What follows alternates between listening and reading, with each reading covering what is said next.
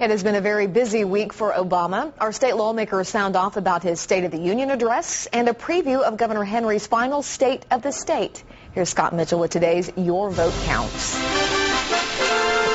It's like the Super Bowl preview show because we got new legislature, new Congress. The president does his State of the Union this week.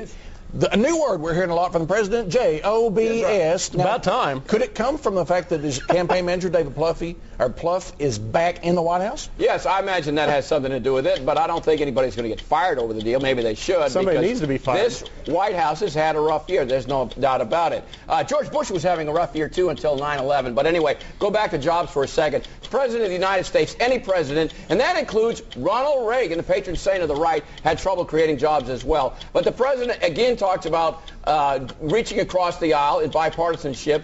Oh, I mean, they're not interested in governing. All they're interested in is obstructionists in Washington, D.C. That is not the right way to be a leader, and they don't care about leadership. All they care about are election. Well, it's a good question. I'm going to give it to the Republican because I'm asking, how can a vast minority of Republicans be obstructionists? Because it seems to me like they can get anything done they want to do if they're Democrats. Well, that's exactly right. They've got a supermajority in the Senate, a majority in the House, and they've got a Democrat president. They can do virtually anything that they want. But with regard to the president's State of the Union address, listen, guys, forever I have thought that President Obama really was Jimmy Carter's second presidential term. But as I was listening to this State of the Union address go on and on and on ad infinitum, I figured out that he's actually channeling Bill Clinton. I mean, this guy likes to hear himself speak. But two words that weren't in there, natural gas, which is pretty important to Oklahoma, and war on terror. Guys, his rhetoric doesn't match reality. There is a disconnect between those two things.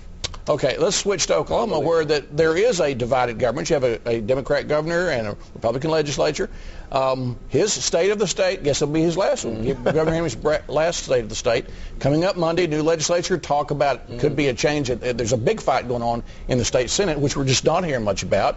What do you think we're going to hear Monday from the governor? Well, and I'm going to tell you, with regard to the Senate, we still don't know what's going to unfold in the Senate leadership battle next week. But just as the U.S. Constitution requires the president to give an annual State of the Union message to Congress, our Oklahoma Constitution requires our governor to deliver an annual State of the State message to the state legislature. And that's on the first Monday in February. That means it's coming up this Monday. I suspect that the bulk of the governor's address, if he's reasonable and prudent, will be devoted to budgetary matters. After all, we're in the middle of quite a big budget crisis.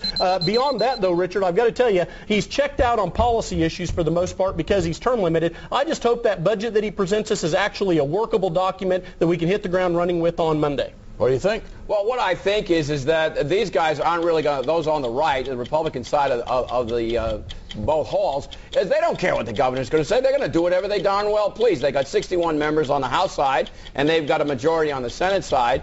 So they're just going to listen, and they're going to sit there, and they're going to do what they're going to do. Well, what we need to address is, whether you're the governor or members of the House, is that people in Oklahoma are suffering. 1 in 5 children live in poverty. 700,000 Oklahomans are now on food stamps. We need to deal with the issues of the day and quit playing partisanship and start being statesmen instead of Democrats or Republicans. Richard, I know this may surprise you, but actually Republicans in the House and Senate have been working quite well with the governor, who announced a budget deal as it relates to FY10 this week. We're talking about ramming things through. That's all they do on their side, is just ram things through. They never discuss it with us. That's what they think governance should be. Well, you get a chance in November, like everybody does. We're going to change our teams up. Hey, one thing that's serious is these storms that we've been having, these winter storms, which have to be hurting an already sick budget, right? What do you think the impact's going to be? Well, the impact is going to be severe, whether it's the Oklahoma City budget, the county budget, and clearly at the State Department of Public Safety. But this time around, I noticed things that were a little bit different.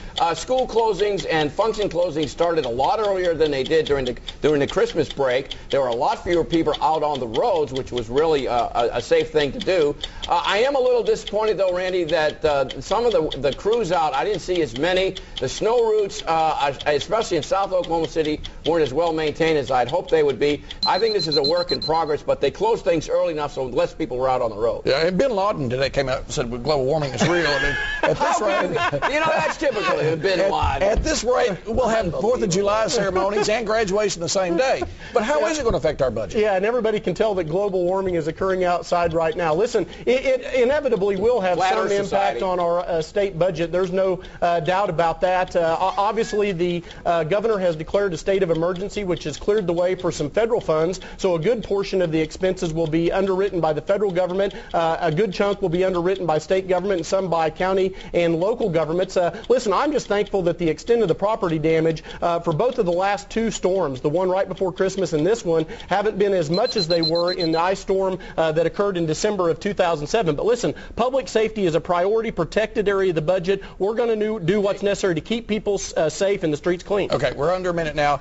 Hey, listen, do you read blogs? I do. Okay, we're going to put up a list of some of the blogs that have come along in the years that, we didn't know what a blog was 10 years ago. These are blogs that we get stories from, the three of us get stories from that, these weren't even in existence 10 years ago. The question is, and there's stories about the Senate leadership race and things, committees and campaign donations, and there's a lot of stuff out on the internet that's nonsense, but man, it looks like right now I'm getting more stuff about what's happening at the state capitol through blogs than the old media. Well, I think so, and two of them that are missing up on that board are OKPNS as well as the McCarville Report, both good at covering what's going on at the state capitol. That has increasingly been their role as the Capitol Press Corps has been decreasing in size. That is a bad thing, the loss of the fourth estate, covering what's going on in your state government. Richard and I are dinosaurs when it comes to this sort of stuff, though, but that's where everybody's going for information. All right. Well, I was born before 1965, so all of this stuff is kind of new. But real quickly, folks, about the budget, $600 million of that comes from the federal government stimulus that President Barack Obama initiated to cover the Republicans here in Oklahoma. Thank God we had somebody in Washington that had enough sense. Your vote counts. Should have been focused on job creation. Back just like